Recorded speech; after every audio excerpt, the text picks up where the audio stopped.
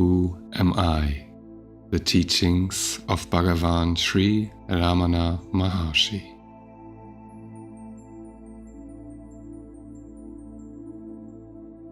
Who am I is the title given to a set of questions and answers bearing on self-inquiry.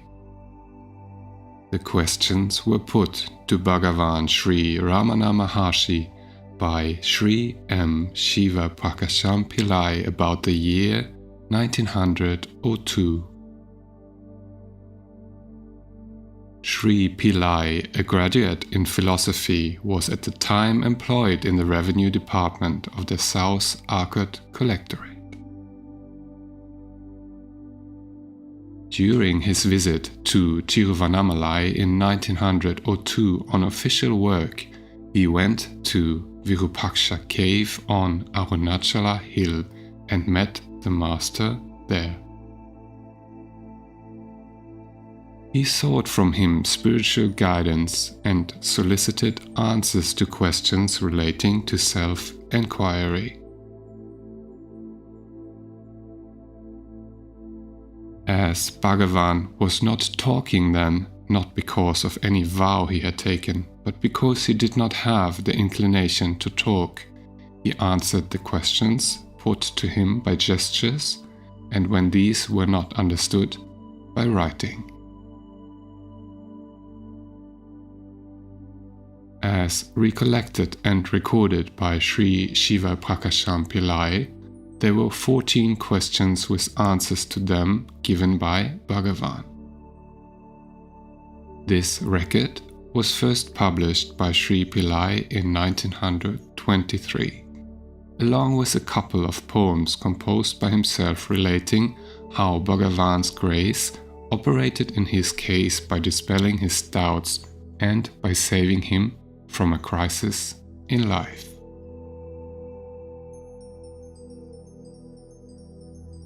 Who Am I has been published several times subsequently. We find 13 questions and answers in some editions and 28 in others. There is also another published version in which the questions are not given, and the teachings are rearranged in the form of an essay. The extant English translation is of this essay. The present rendering is of the text in the form of 28 questions and answers.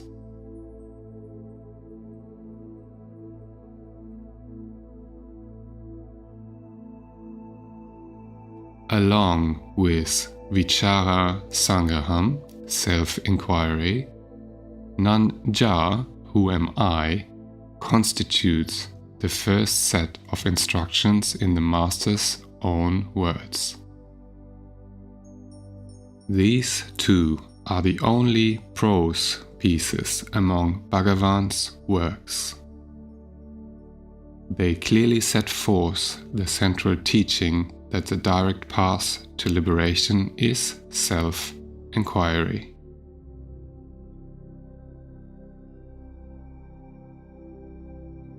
The particular mode in which the inquiry is to be made is lucidly set forth in Nan-ja. The mind consists of thoughts. The I thought is the first to arise in the mind. When the inquiry, who am I, is persistently pursued, all other thoughts get destroyed, and finally the I thought itself vanishes, leaving the supreme non-dual self alone. The false identification of the self with the phenomena of non-self, such as the body and mind, thus ends, and there is illumination, Sakshatkara.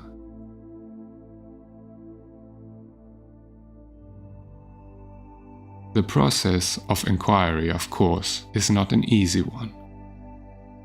As one inquires, who am I? other thoughts will arise. But as these arise, one should not yield to them by following them. On the contrary, one should ask, to whom do they arise? In order to do this, one has to be extremely vigilant. Through constant inquiry, one should make the mind stay in its source, without allowing it to wander away and get lost in the mazes of thought created by itself.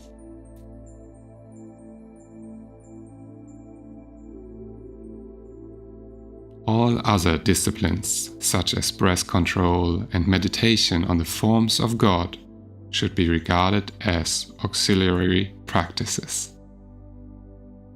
They are useful insofar as they help the mind to become quiescent and one-pointed.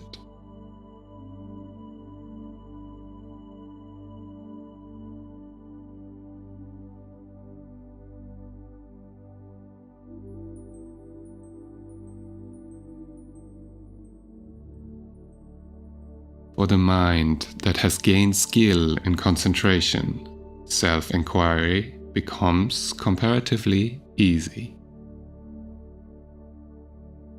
It is by ceaseless inquiry that the thoughts are destroyed and the self realized. The plenary reality in which there is not even the I thought, the experience which is referred to as silence.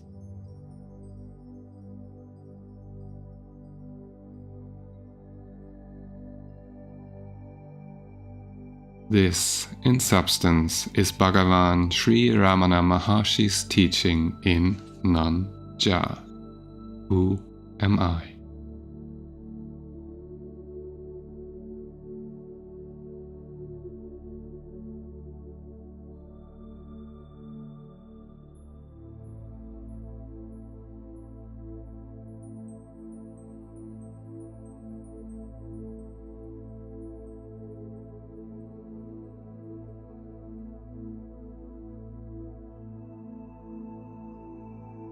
Who am I?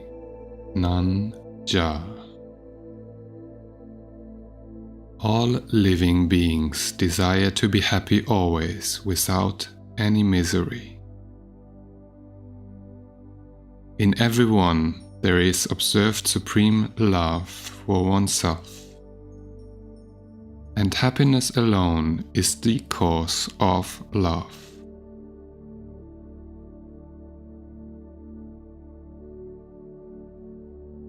In order, therefore, to gain that happiness which is one's nature and which is experienced in the state of deep sleep, where there is no mind, one should know oneself.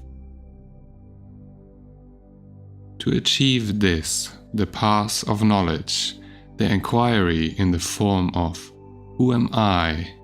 is the principal means.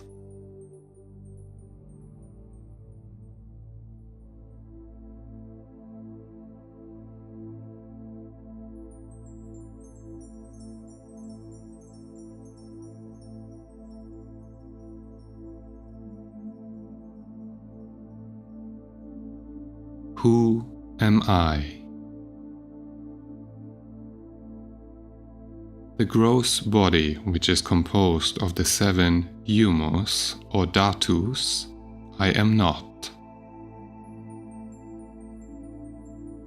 The 5 cognitive sense organs, namely the senses of hearing, touch, sight, taste, and smell, which apprehend their respective objects, sound, touch, color, taste, and odor, I am not.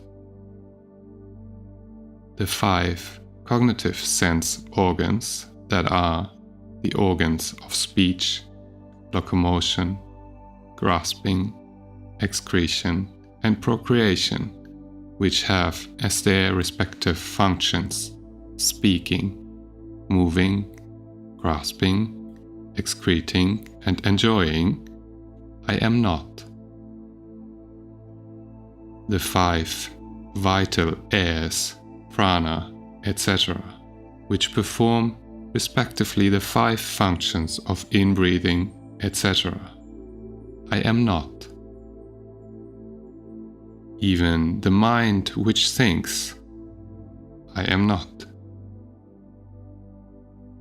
The nescience, too, which is endowed only with the residual impressions of objects and in which there are no objects and no functionings. I am not.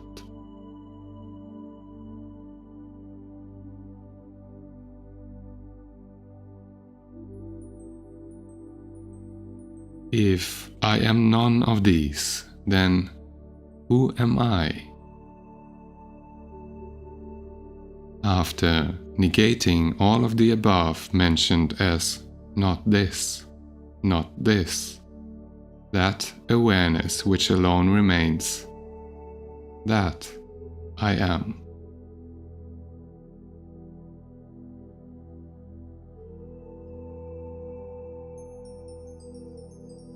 What is the nature of awareness? The nature of awareness is existence, consciousness, bliss.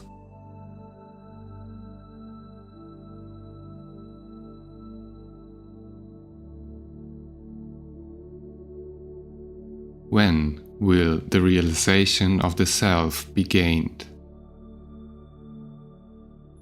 When the world, which is what is seen, has been removed, there will be realization of the self, which is the seer.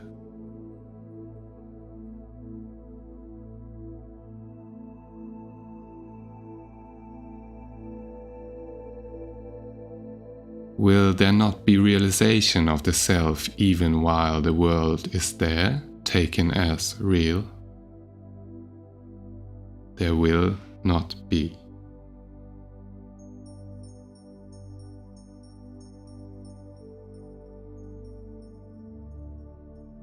Why?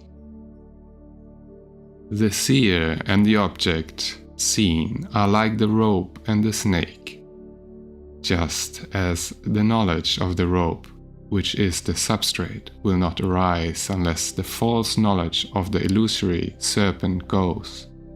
So the realization of the self, which is the substrate, will not be gained unless the belief that the world is real is removed.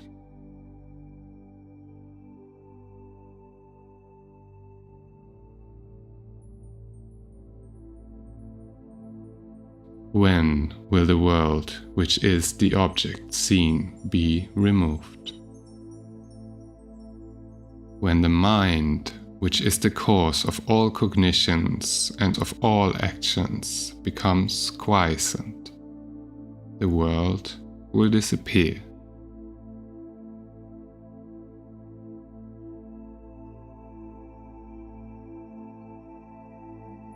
What is the nature of the mind? What is called mind is a wondrous power residing in the self. It causes all thoughts to arise. Apart from thoughts, there is no such thing as mind. Therefore, thought is the nature of mind.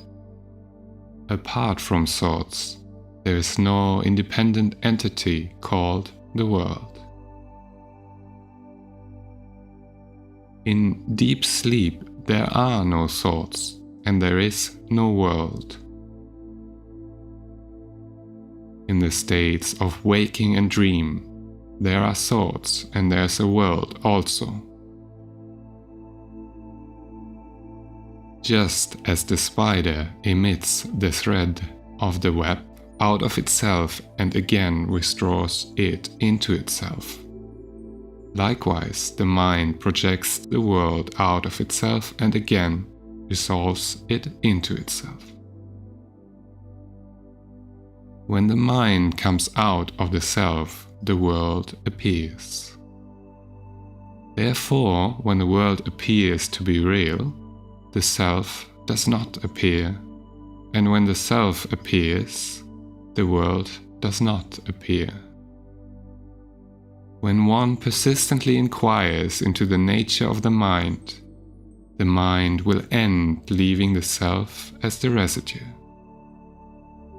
What is referred to as the self is the Atman. The mind always exists only in dependence on something gross. It cannot stay alone. It is the mind that is called the subtle body or the soul, Jiva.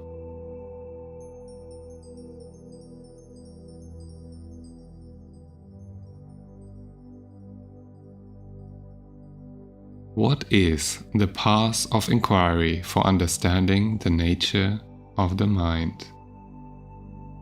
That which rises as I in the body is the mind. If one inquires as to where in the body the thought I rises first, one would discover that it rises in the heart. That is the place of the mind's origin. Even if one thinks constantly I, one will be led to that place. Of all the thoughts that arise in the mind, the I thought is the first. It is only after the rise of this that the other thoughts arise. It is after the appearance of the first personal pronoun that the second and third personal pronouns appear. Without the first personal pronoun, there will not be the second and third.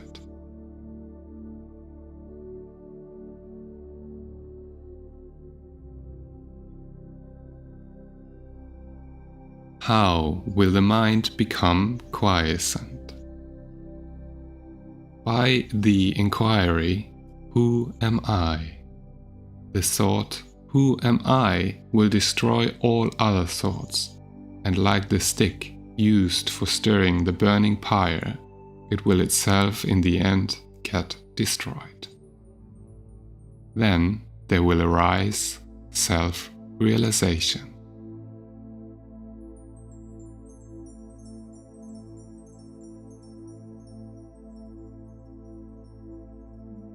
What is the means for constantly holding on to the thought, who am I?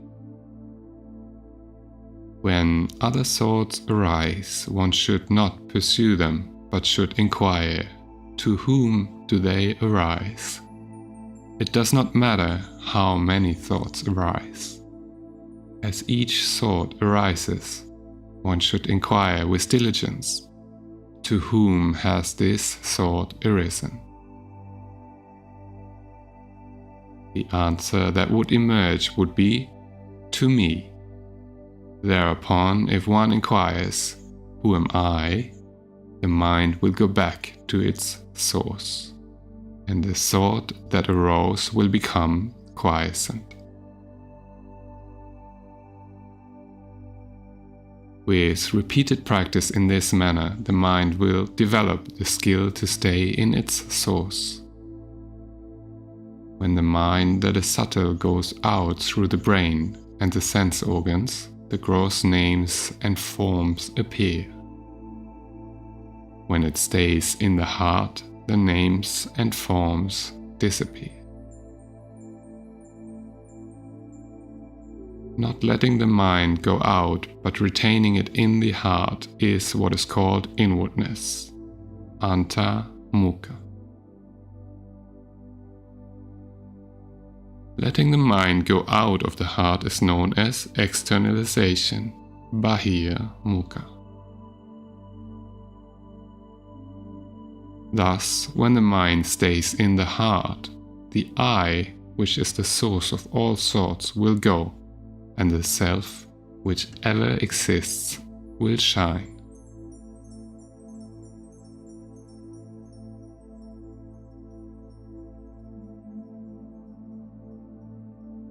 Whatever one does, one should do without the egoity I. If one acts in that way, all will appear as of the nature of Shiva, God.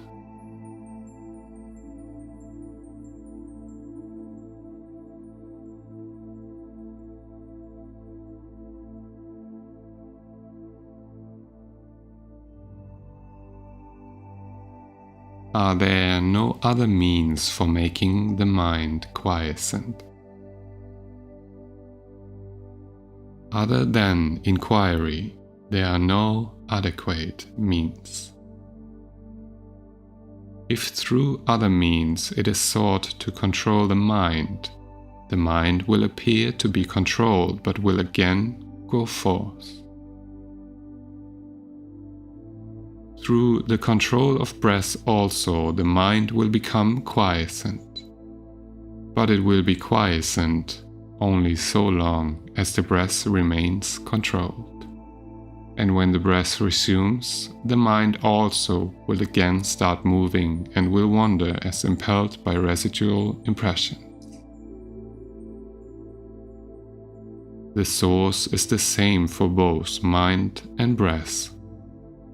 Thought, indeed, is the nature of the mind. The thought I is the first thought of the mind, and that is egoity.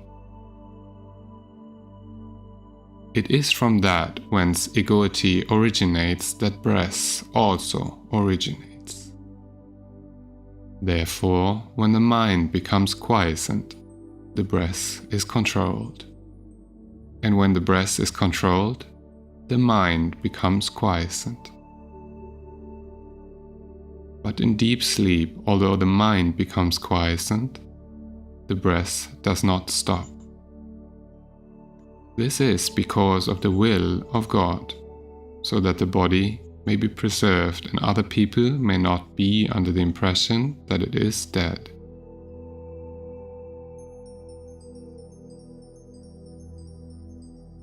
In the state of waking and in samadhi, when the mind becomes quiescent, the breath is controlled. Breath is the gross form of mind.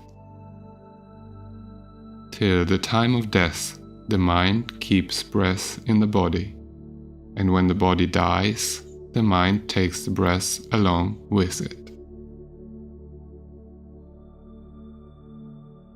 Therefore, the exercise of breath control is only an aid for rendering the mind quiescent, Mano Nigraha.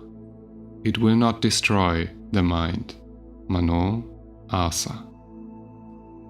Like the practice of breath control, meditation on the forms of God, repetition of mantras, restriction of food, etc., are but aids for rendering the mind quiescent.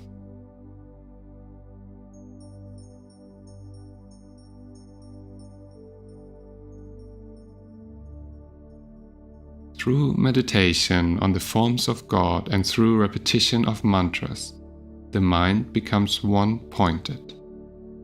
The mind will always be wandering, just as when a chain is given to an elephant to hold in its trunk, it will go along grasping the chain and nothing else. So also, when the mind is occupied with a name or form, it will grasp that alone.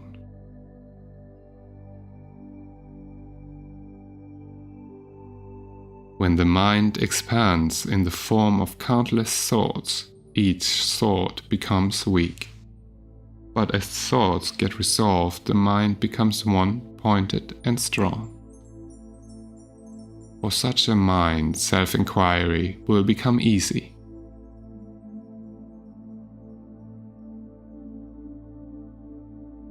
Of all restrictive rules, that relating to the taking of sattvic food in moderate quantities is the best.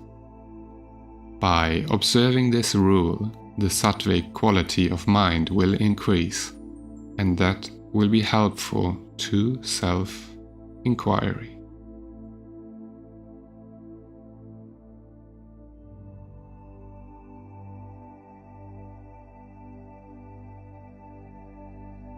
The residual impressions, thoughts of objects appear, wending like the waves of an ocean.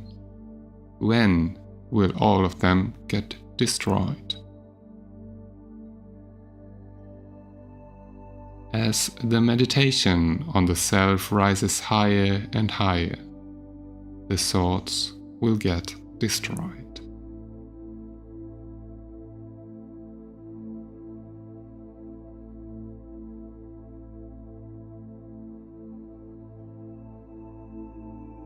Is it possible for the residual impressions of objects that come from beginningless time, as it were, to be resolved, and for one to remain as the pure self?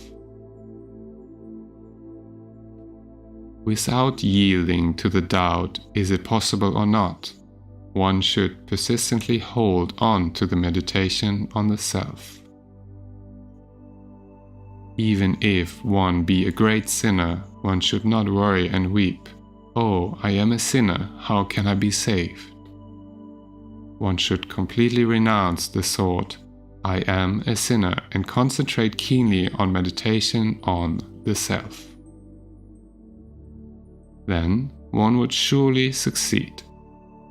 There are not two minds, one good and the other evil. The mind is only one. It is the residual impressions that are of two kinds, auspicious and inauspicious. When the mind is under the influence of auspicious impressions, it is called good. And when it is under the influence of inauspicious impressions, it is regarded as evil.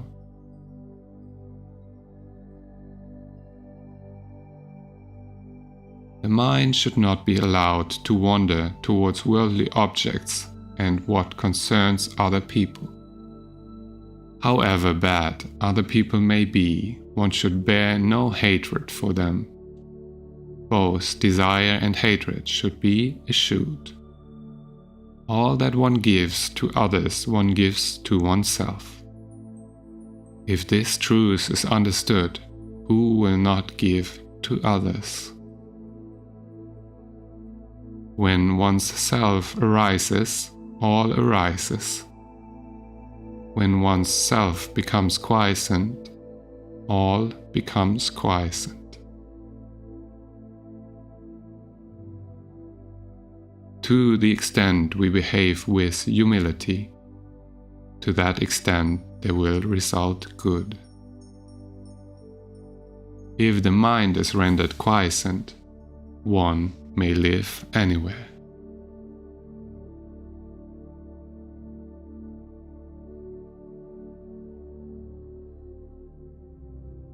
How long should inquiry be practiced? As long as there are impressions of objects in the mind, so long the inquiry, "Who am I?" is required. As thoughts arise, they should be destroyed then and there in the very place of their origin, through inquiry. If one resorts to contemplation of the self unintermittently until the self is gained, that alone would do. As long as there are enemies within the fortress, they will continue to sally forth. If they are destroyed as they emerge, the fortress will fall into our hands.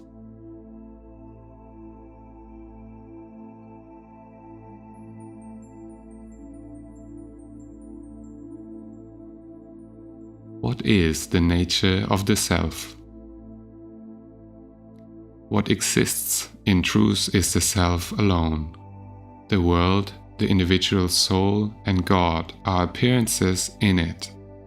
Like silver in mother of pearl, these three appear at the same time and disappear at the same time. The self is that where there is absolutely no I thought. That is called silence.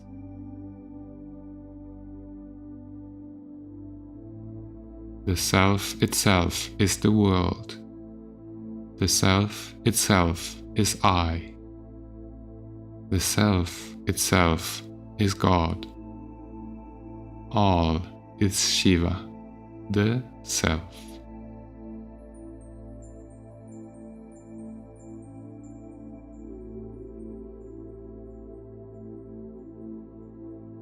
Is not everything the work of God? Without desire, resolve, or effort, the sun rises, and in its mere presence, the sunstone emits fire, the lotus blooms, water evaporates. People perform the various functions and then rest. Just as in the presence of the magnet the needle moves, it is by virtue of the mere presence of God that the souls governed by the three cosmic functions or the fivefold divine activity perform their actions and then rest, in accordance with their respective karmas.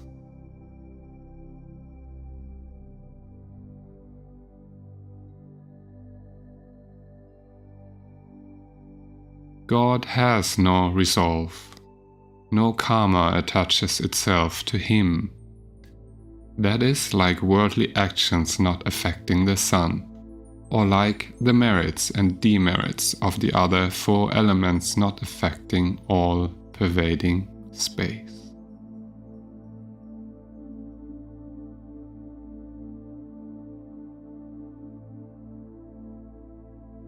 Of the devotees, who is the greatest? He who gives himself up to the Self that is God is the most excellent devotee. Giving one's self up to God means remaining constantly in the Self without giving room for the rise of any thoughts other than that of the Self. Whatever burdens are thrown on God, he bears them. Since the supreme power of God makes all things move, why should we, without submitting ourselves to it, constantly worry ourselves with thoughts as to what should be done and what should not be done and how not? We know that the train carries all loads, so after getting on it, why should we carry our small luggage on our head to our discomfort instead of putting it down in the train and feeling at ease?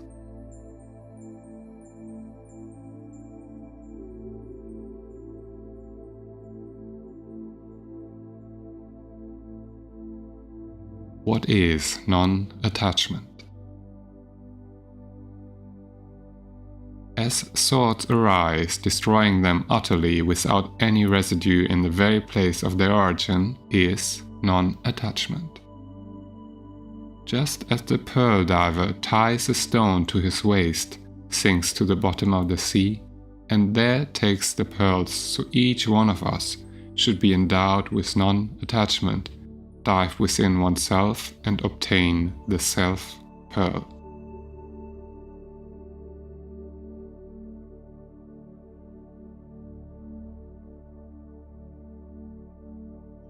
Is it not possible for God and the Guru to effect the release of a soul? God and the Guru will only show the way to release.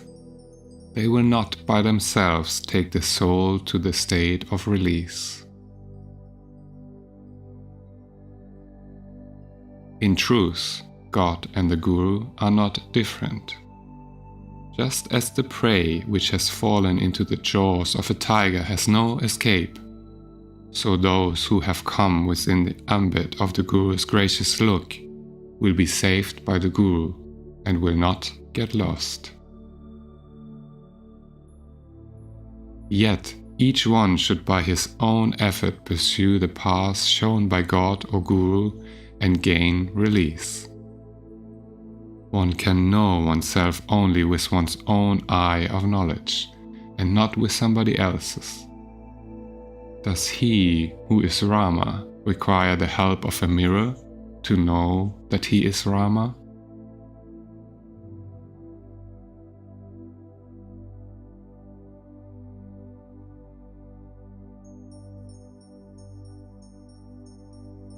Is it necessary for one who longs for release to inquire into the nature of categories, tattvas?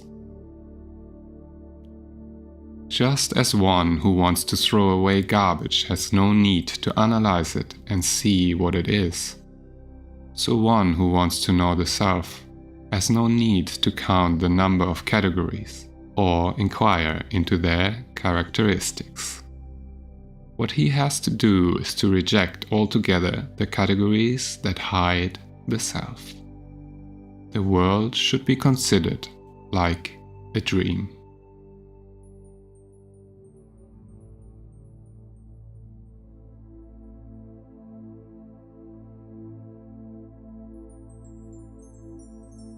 Is there no difference between waking and dream?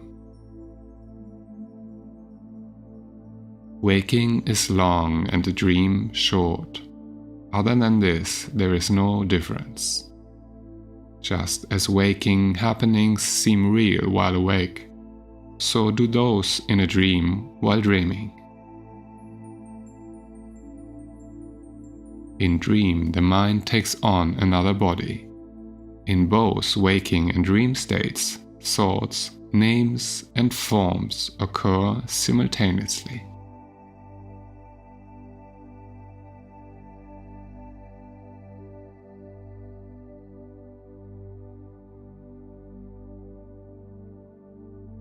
Is it any use reading books for those who long for release? All the texts say that in order to gain release, one should render the mind quiescent. Therefore, their conclusive teaching is that the mind should be rendered quiescent. Once this has been understood, there is no need for endless reading. In order to quieten the mind, one has only to inquire within oneself what one's self is.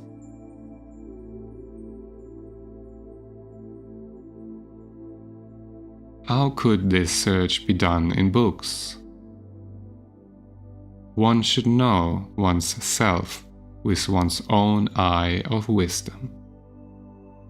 The self is within the 5 sheaths, but books are outside them. Since the self has to be inquired into by discarding the 5 sheaths, it is futile to search for it in books. There will come a time when one will have to forget all that one has learned.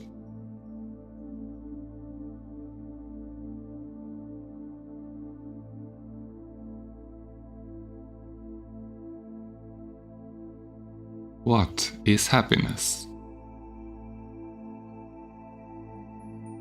Happiness is the very nature of the self. Happiness and the self are not different. There is no happiness in any object of the world. We imagine through our ignorance that we derive happiness from objects. When the mind goes out, it experiences misery.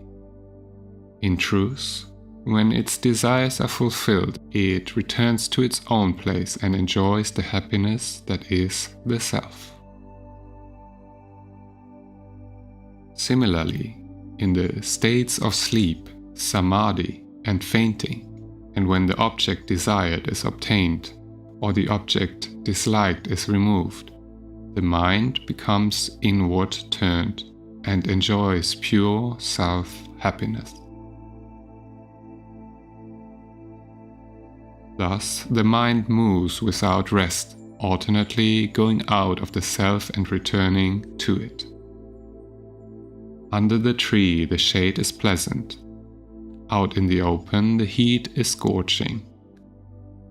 A person who has been going about in the sun feels cool when he reaches the shade. Someone who keeps on going from the shade into the sun and then back into the shade is a fool. A wise man stays permanently in the shade.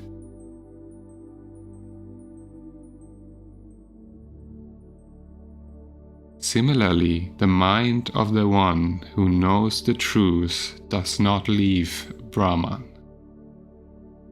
The mind of the ignorant, on the contrary, revolves in the world, feeling miserable, and for a little time returns to Brahman to experience happiness. In fact, what is called the world is only thought. When the world disappears, when there is no thought, the mind experiences happiness. And when the world appears, it goes through misery.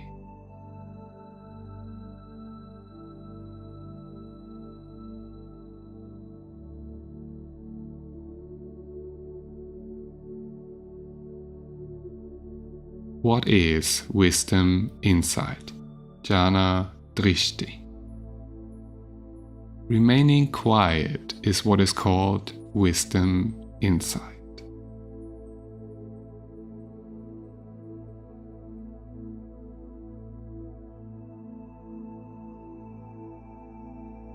To remain quiet is to resolve the mind in the self.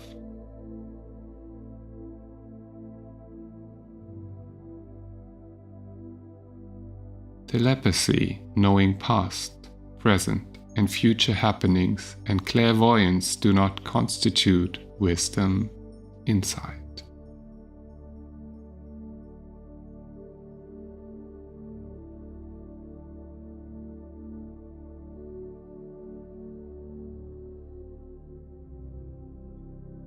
What is the relation between desirelessness and wisdom? Desirelessness is wisdom. The two are not different, they are the same.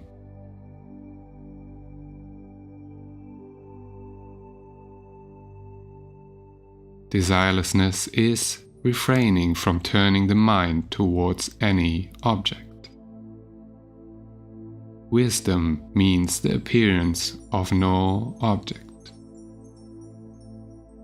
In other words, not seeking what is other than the self is detachment or desirelessness. Not leaving the self is wisdom.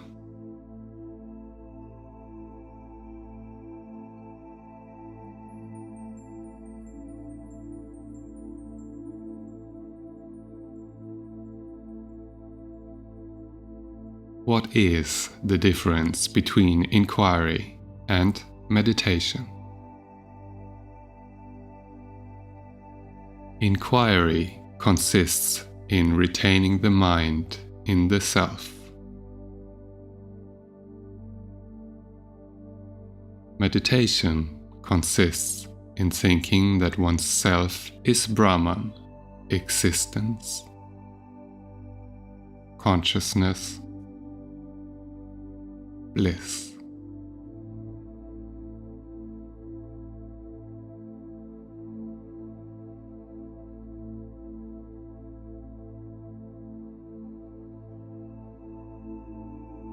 What is release?